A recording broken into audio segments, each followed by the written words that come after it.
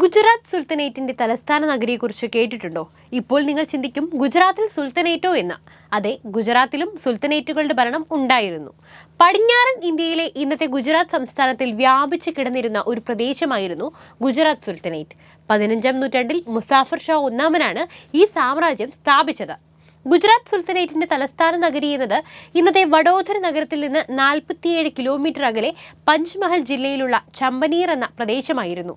മധ്യകാലഘട്ടത്തിലെ അതിശയകരമായ നിർമ്മിതികളാൽ സമ്പന്നമായ ഈ ചരിത്ര നഗരം ഇന്നും സഞ്ചാരികൾക്ക് അജ്ഞാതമാണ്.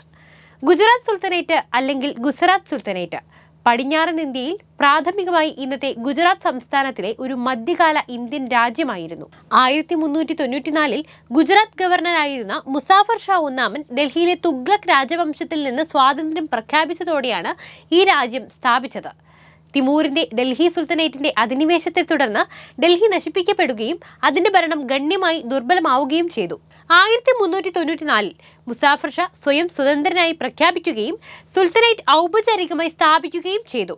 അടുത്ത സുൽത്താൻ അദ്ദേഹത്തിന്റെ ചെറുമകൻ അഹമ്മദ് ഷാ ഒന്നാമൻ 1411 തലസ്ഥാനം അഹമ്മദാബാദിലേക്ക് മാറ്റി. അദ്ദേഹത്തിന്റെ പിൻഗാമി മുഹമ്മദ് ഷാ രണ്ടാമൻ മിക്ക രജപുത്ര മേധാവികളെയും കീഴടക്കി. മഹ്മൂദ് ബഗദയുടെ ഭരണകാലത്ത് സുൽത്തനേറ്റിന്റെ അഭിവൃദ്ധി അതിന്റെ പാരമ്യത്തിലെത്തി. അദ്ദേഹം ഒരുപാട് ഗുജറാത്തി രജപുത്ര മേധാവികളെയും കീഴടക്കുകയും ദിയു തീരത്ത് ഒരു നാവികസേന നിർമ്മിക്കുകയും ചെയ്തു. 1509 പോർച്ചുഗീസ് സാമ്രാജ്യം ദിയു യുദ്ധത്തിൽ സുൽത്തനേറ്റിൽ നിന്ന് ദിയു പിടിച്ചെടുത്തു. മുഗൾ ചക്രവർത്തി ഹുമയൂൺ 1535 ഗുജറാത്ത് ആക്രമിക്കുകയും ഹർഷകാലത്തേക്ക് അത് കൈവശപ്പെടുത്തുകയും ചെയ്തു. ആ സമയത്ത് ബോംബെ, ബാസൈൻ, ദാമൻ എന്നിവ പോർച്ചുഗീസ് കോളനിയായി മാറും.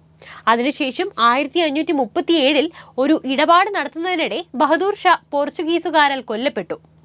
1573 സുൽത്തനേറ്റിന്റെ അന്ത്യം സംഭവിച്ചു. അക്ബർ ഗുജറാത്ത് സുൽത്തനേറ്റിനെ തന്റെ സാമ്രാജ്യത്തിലേക്ക് കൂട്ടിച്ചേർത്തപ്പോൾ അവസാനത്തെ ഭരണാധികാരി മുസാഫർ ഷാ മൂന്നാമനെ തടവുകാരനായി ആഗ്രയിലേക്ക് കൊണ്ടുപോയി. 1583 അദ്ദേഹം ജയിലിൽ നിന്ന് രക്ഷപ്പെട്ടു. പ്രഭുക്കന്മാരുടെ സഹായത്തോടെ അക്ബറിന്റെ മന്ത്രിയായ അബ്ദുൾ റഹീം ഖാൻ ഈ ഖാനോട് പരാജയപ്പെടുന്നതിന് മുമ്പ് ഒരു ചെറിയ കാലയളവിലേക്ക് സിംഹാസനം വീണ്ടെടുക്കാൻ അദ്ദേഹം വിജയിച്ചു. പിന്നീട് അദ്ദേഹം പലായനം ചെയ്യുകയും ഒടുവിൽ നവനഗർ സംസ്ഥാനത്തെ ജം സദാജിയുടെ കീഴിൽ അഭയം തേടുകയും ചെയ്തു. മിർസ അസീസ് കോക്കിയുടെ നേതൃത്വത്തിലുള്ള മുഗൾ സൈന്യവും അദ്ദേഹത്തെ സംരക്ഷിക്കുന്നതിനായി 1591 സംയുക്ത കത്തിയാവർ സേനയും തമ്മിൽ ബുജാർ മോറി യുദ്ധം നടന്നു. ഒടുവിൽ മുഗളിനെ കീഴടങ്ങിയപ്പോൾ അദ്ദേഹം ആത്മഹത്യയും ചെയ്തു. ഇപ്പോൾ രാജ്യത്ത് ഏറ്റവും നന്നായി സംരക്ഷിക്കപ്പെട്ടിട്ടുള്ള പൈതൃക കേന്ദ്രങ്ങളിൽ ഒന്നാണിവിടം. ചമ്പനീർ പവാഗഡ് ആർക്കിയോളജിക്കൽ പാർക്ക് എന്ന് വിളിക്കുന്ന ഈ പ്രദേശം അതിശയകരമായ മധ്യകാലഘട്ടത്തിലെ ചരിത്രത്തിലേക്ക് കൂട്ടിക്കൊണ്ടുപോകുന്ന ഒരിടമാണ്. പുരാതനമായ കോട്ടകളും കൊട്ടാരങ്ങളും കെട്ടിടങ്ങളും ഹിന്ദു മുസ്ലിം ജൈന വിശ്വാസികളുടെ ആരാധനാലയങ്ങളും സ്ഥിതി ചെയ്യുന്ന ഈ പ്രദേശത്തെ നിർമ്മിതികളുടെ വാസ്തുവിധികൾ നൂറ്റാണ്ടുകൾക്ക് ശേഷവും ഗാംഭീര്യത്തോടെ തന്നെയാണ് നിലനിൽക്കുന്നത്. പിന്നെ മുമ്പ് പറഞ്ഞ പോലെ ഇവിടുത്തെ വിശേഷപ്പെട്ട ഒന്നാണ് റാണിമാരുടെ ശവക്കല്ലറകൾ. അഹമ്മദ് ഷായുടെ ശവകുടീരത്തിന് കിഴക്ക് ഭാഗത്തായി സ്ഥിതി ചെയ്യുന്ന വിസ്മയിപ്പിക്കുന്ന സമുച്ചയം. പ്രൗഢിയോടെ നിലകൊള്ളുന്ന 8 മാർബിൾ ശവകുടീരങ്ങൾ. അഹമ്മദ് ഷായുടെ ശവകുടീരത്തിന് കിഴക്ക് ഭാഗത്തായി സ്ഥിതി ചെയ്യുന്ന വിസ്മയിപ്പിക്കുന്ന സമുച്ചയം. പ്രൗഢിയോടെ നിലകൊള്ളുന്ന 8 മാർബിൾ ശവകുടീരങ്ങൾ അഹമ്മദ് ഷാ ഒന്നാമന്റെയും ഗുജറാത്ത് സുൽത്തനേറ്റ് ഭരണാധികാരികളുടെയും രാജ്ഞിമാരുടേതാണിത്. ഓരോ ശവകുടീരവും അതിൽ തന്നെ ഓരോ മാസ്റ്റർ പീസാണ്. രാജകീയ പ്രതാപത്തിന്റെ കഥകൾ വിവരിക്കുന്ന ഏറ്റവും മികച്ച മുത്തും ലോഹവും കൊണ്ട് അലങ്കരിച്ചിരിക്കുന്നത്. സങ്കീർണമായ കൊത്തുപണികളുള്ള കൽ സ്ക്രീനുകളാൽ അലങ്കരിച്ച ട്രെല്ലിസ് ചെയ്ത ഒരു ക്രോയിസ്റ്ററിൽ പൊതിഞ്ഞ ഒരു മുറ്റം കാണേണ്ട ഒരു കാഴ്ചയാണത്. ഇരുവശത്തും 36.58 മീറ്റർ നീളമുള്ള ചതുരാകൃതിയിലുള്ള തുറന്ന ചുറ്റുപാടിൽ അന്തരീക്ഷം ശാന്തവും ഗംഭീരവുമായി അനുഭവപ്പെടുന്നു.